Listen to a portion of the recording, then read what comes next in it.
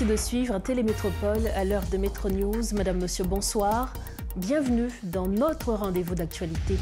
À la une de ce mercredi, un policier kényan a été tué dans l'Artibonite lors d'affrontements avec les membres du gang de Savian. Bénédicte Caribou est le deuxième officier de la mission multinationale à perdre la vie dans l'intervalle de 2 mois. Le CPT a réagi et présente ses condoléances au peuple du Kenya. La police nationale a dispersé à coups de gaz lacrymogène une manifestation organisée dans la commune de Delma ce mercredi. Les protestataires exigeaient le rétablissement de la sécurité ainsi que le départ de l'équipe au pouvoir. Également, titre de ce mercredi, 209 cas de choléra ont été détectés dans la commune de Cité-Soleil entre le 1er et le 20 mars 2025, révèle Médecins sans frontières. MSF s'inquiète de cette résurgence qu'elle attribue à la précarité extrême dans laquelle vivent des milliers d'habitants de cette commune.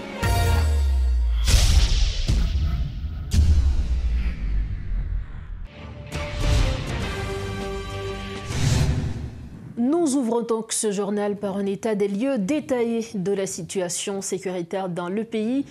Un policier kényan a été tué dans l'Artibonite mardi lors d'une opération menée par les forces de l'ordre contre le gang de Savian. Les assaillants ont également incendié 3 véhicules blindés. Une vidéo virale montrant l'humiliation de son cadavre par les membres du gang a suscité une vague d'indignation. Cet incident marque la 2e perte d'un soldat kényan en 1 mois, alors que la mission multinationale peine à stabiliser la situation en Haïti. Par ailleurs, un vent de panique a régné sur la commune de Keskov et dans les hauteurs de Pétionville. Alors que les gangs ont voulu poursuivre leurs exactions dans les hauteurs, ils ont buté sur une résistance, les dissuadant de poursuivre leurs offensives. Toutefois, les habitants de ces quartiers ainsi que les autorités locales continuent de réclamer du gouvernement central le renforcement de la sécurité dans ces communes menacées par la coalition de gangs Vivre Ensemble. En réaction, le Conseil présidentiel de transition adresse ses sincères condoléances au gouvernement et au peuple kényan, ainsi qu'à la famille du soldat Bénédicte Caribou, tombé lundi à Savian dans l'accomplissement de sa mission. Ce valeureux policier, engagé aux côtés des forces haïtiennes pour lutter contre l'insécurité, a consenti le sacrifice ultime pour un avenir meilleur pour notre pays. Sa bravoure et son engagement ne seront jamais oubliés, lit-on dans un communiqué de la présidence. Pendant ce temps, le secrétaire d'État des États-Unis, Marco Rubio, réitère le soutien indéfectible de son pays aux initiatives du Kenya pour stabiliser Haïti, rapporte sur X le président kényan William Ruto, qui informe avoir eu une conversation téléphonique avec le responsable américain dans la soirée du mardi 25 mars. William Ruto a exprimé sa gratitude envers les États-Unis pour leurs efforts visant à assurer un appui durable de l'ONU à la mission multinationale en Haïti. Autre grand point dominant l'actualité de ce mercredi, la police nationale a dispersé à coups de gaz lacrymogène une manifestation organisée dans la commune de Delma ce mercredi pour exiger le rétablissement du climat sécuritaire dans le pays. Ces manifestants ont également réclamé le départ de l'équipe au pouvoir qu'ils jugent incapable de résoudre les vrais problèmes qui rongent la société. Si les forces de l'ordre disent décourager les mouvements de rue pour prévenir tout risque d'infiltration, les protestataires, eux, envisagent de tenir d'autres mouvements pour continuer à faire passer leurs principales revendications. Suivez ce reportage de Réti Fortuné et de Guitry Choisy. Bien que peu nombreux, les manifestants ont démarré leur mouvement à Delma 40B. Ils avaient pour projet de longer l'autoroute de Delma afin de prendre ensuite la direction de la villa d'accueil à Musso. Avant même de parvenir à destination, ils ont été dispersés par des agents de la PNH qui ont fait usage de gaz lacrymogène à hauteur de l'Elma 57. Un comportement dénoncé par ces protestataires qui estiment que leur mouvement est juste. Manifestation pacifique, c'est mon cap domine dans la rue. C'est mon cap domine dans la rue. Pour la police copée, pour la manifestation pacifiquement. Nous Après cette intervention, la foule s'est regroupée pour poursuivre sa marche, scandant des slogans hostiles non seulement aux membres du CPT, mais aussi aux forces de l'ordre accusées de réprimer violemment leur mobilisation. Si un groupe de protestataires réclamait des mesures concrètes contre la violence des gangs à Port-au-Prince, d'autres, plus catégoriques, ont appelé au départ de l'équipe au pouvoir, qui a fait montre de son incapacité après plus de 10 mois passés au pouvoir.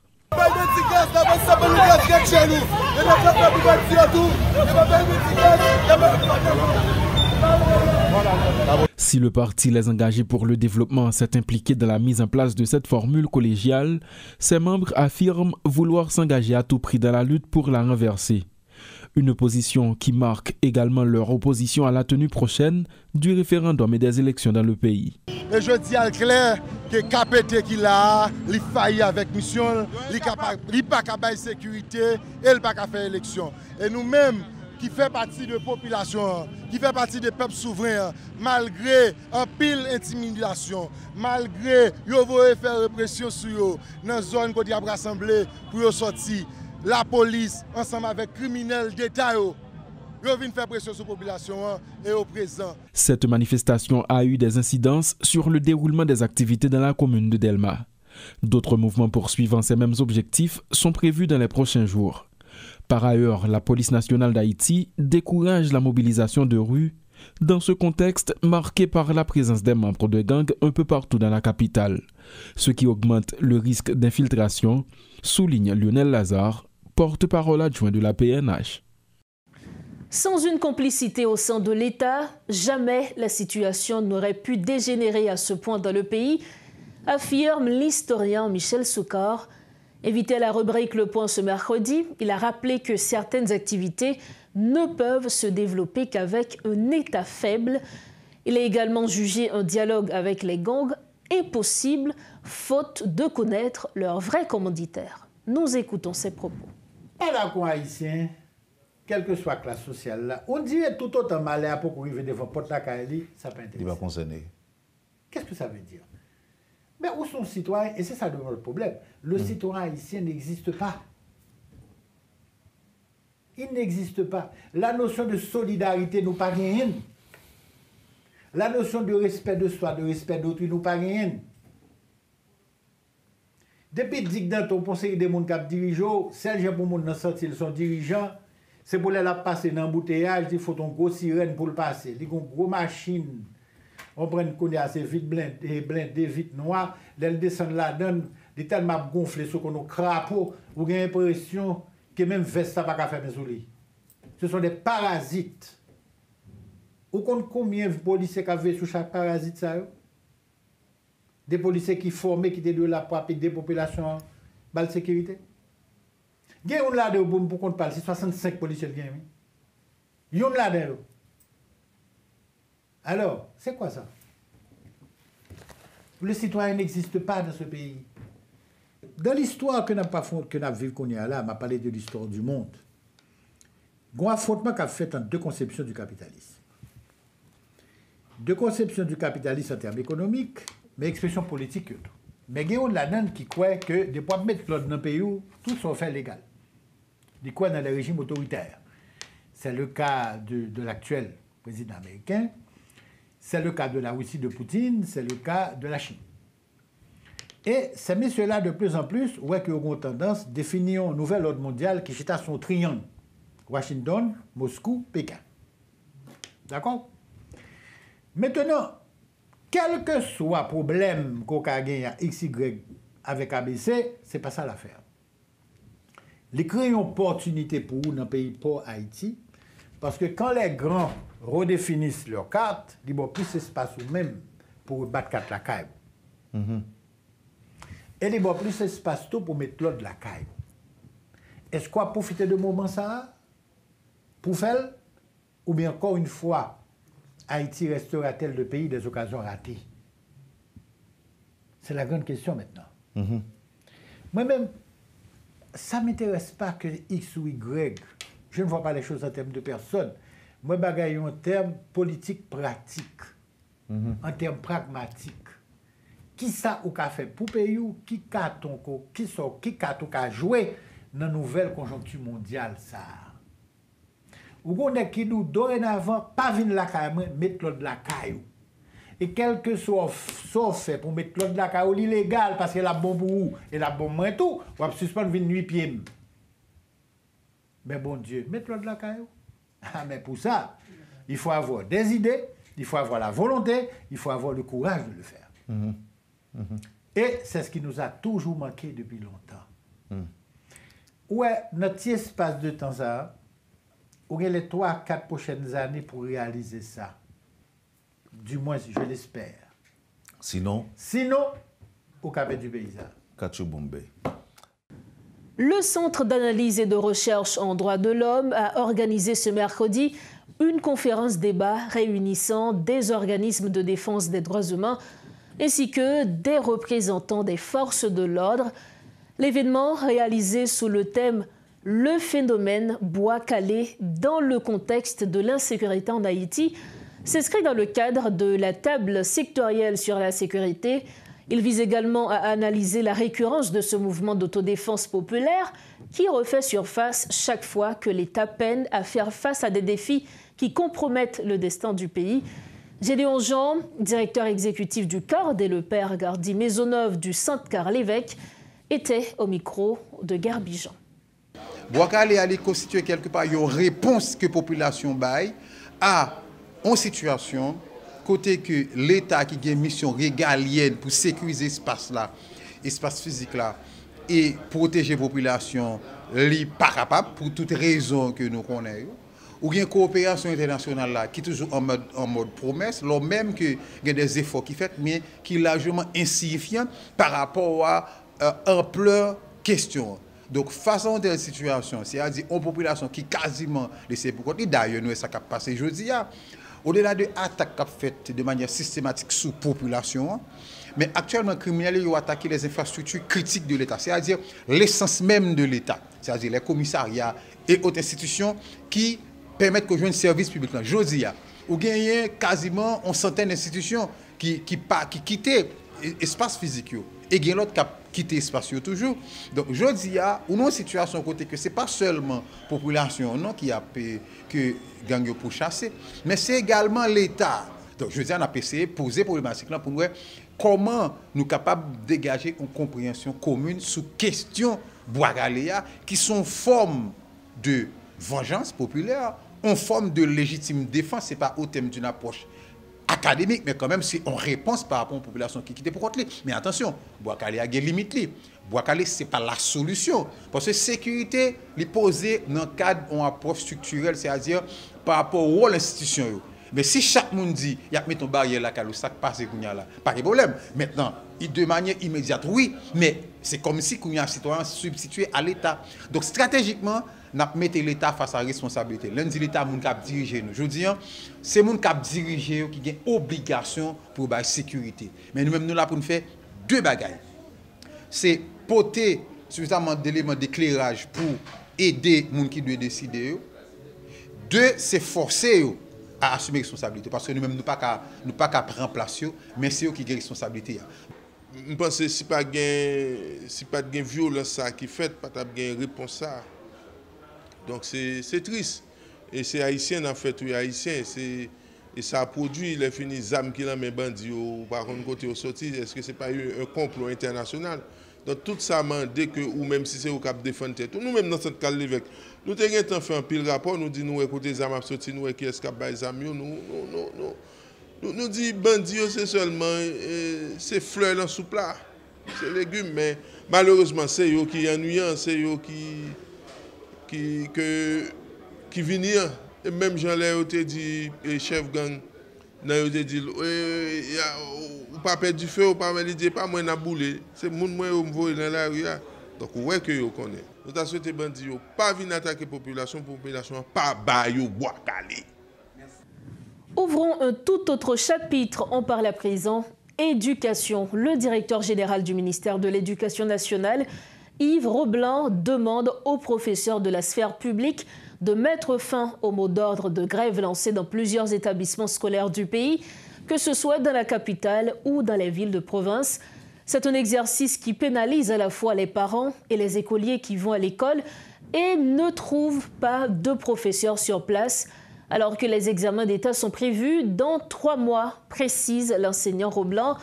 Le MENFP, de concert avec d'autres institutions étatiques du pays, travaille afin de trouver une issue à cette crise de nature éducative qui perdure depuis des années pour les mêmes revendications, rassure le DG. Nous écoutons les propos du directeur général Yves Roblant. Tout enseignant qui grévisse à travers le pays, quand aux gens de îles dans le nord-ouest, Port-de-Paix, quand aux gens de îles dans le nord, moi demandez nous pour nous tous sous sous question grève là. Et que il ne faut pas accentuer la disparité gagnée entre l'école publique et l'école privée. Pas oublier que dans quelques mois, disons dans 3 mois, ce seront les examens d'État. Que ce soit examen baccalauréat, ça n'est les secondaires 4 là, que ce soit examen 9e année, que ce soit examen école normale d'instituteurs, que ce soit examen centre d'éducation familiale, nous avons un paquet d'examens pour nous réaliser pendant l'année 24-25 là. Dans ce sens, nous avons demandé tout enseignant que en pile dans nous fait l'école normale supérieure avec nous, en pile dans nous dans l'organisation avec nous, en pile dans nous qu'on aime déjà. C'est professeur Roblant Yves et nous connaissons professeur Augustin en pile. Mes amis, moi pas là pour nous faire grève sur moi-même. Moi, il n'est pas intéressant même. Et m'a demandé nous, pour nous, dans un moment ça, pour nous faire un dépassement de soi. Côté pour nous dire que parents ont souffert, élèves ont souffert, côté parents ont été à l'école, ils n'ont pas joué un coup. Et l'État fait un pile effort nous-mêmes qui enseignants pour l'État capable de satisfaire les revendications nous et que ne pas comprendre qu'il y a un pile zone côté à demander à tout temps revendication pas satisfait à 100% et que nous pas préparer une activité. Non, nous pas capable comme ça. Nous pas capable de faire comme ça. Nous pas accentuer le problème qui gagne dans le pays ça et nous pas accentuer la crise qui gagne dans le pays ça. Nous lancer appel là, demandez nous tous retournez à le faire coup. Nous allons camper en face ministère. Autre information, l'administration générale des douanes dément formellement les rumeurs selon lesquelles des restrictions auraient été imposées aux opérations portuaires en Haïti. Dans une note signée par son directeur général, Jules Sène-Édouard, l'institution précise que tous les ports du pays restent officiellement ouverts au commerce extérieur et des agents de douane restent pleinement opérationnels. Cette clarification intervient alors que des informations erronées circulent sur une possible interdiction de débarquement au port Lafito. La GD assure qu'aucune mesure de restriction n'a été adoptée en ce sens. Face à la propagation de fausses informations, l'administration générale des douanes appelle les acteurs du secteur portuaire à ne se référer qu'aux communications officielles de l'institution pour éviter toute confusion. Elle réaffirme son engagement à faciliter le commerce extérieur et à assurer la fluidité des opérations douanières à travers le pays. On referme la page nationale de ce journal. En santé, 209 cas de choléra ont été détectés dans la commune de Cité-Soleil entre le 1er et le 20 mars 2025, révèle Médecins sans frontières. MSF s'inquiète de cette résurgence qu'elle attribue à la précarité extrême dans laquelle vivent des milliers d'habitants de cette commune. Pour faire face à cette flambée, l'ONG annonce avoir renforcé son dispositif de traitement à l'hôpital de Drouillard. Cette édition de Métro News touche à sa fin. Avant de partir, le rappel des principaux titres. Un policier kényan a été tué mardi dans l'Artibonite lors d'affrontements avec les membres du gang de Savian. Bénédicte Caribou est le deuxième officier de la mission multinationale à perdre la vie dans l'intervalle de 2 mois. Le CPT a réagi pour adresser ses condoléances au peuple du Kenya ainsi qu'à la famille du policier assassiné. La police nationale a dispersé à coups de gaz lacrymogène une manifestation organisée dans la commune de Delma ce mercredi. Les protestataires exigeaient le rétablissement de la sécurité ainsi que le départ de l'équipe au pouvoir. Et puis 209 cas de choléra ont été détectés dans la commune de Cité-Soleil entre le 1er et le 20 mars 2025, révèle Médecins sans frontières. MSF s'inquiète de cette résurgence qu'elle attribue à la précarité extrême dans laquelle vivent des milliers d'habitants de cette commune. C'est sur ces derniers éléments que nous refermons cette édition. Merci infiniment à chacun de vous de l'avoir suivi. Merci également à toute l'équipe de Métropole. Restez informés et prenez soin de vous. À très bientôt pour un nouveau rendez-vous avec l'actualité.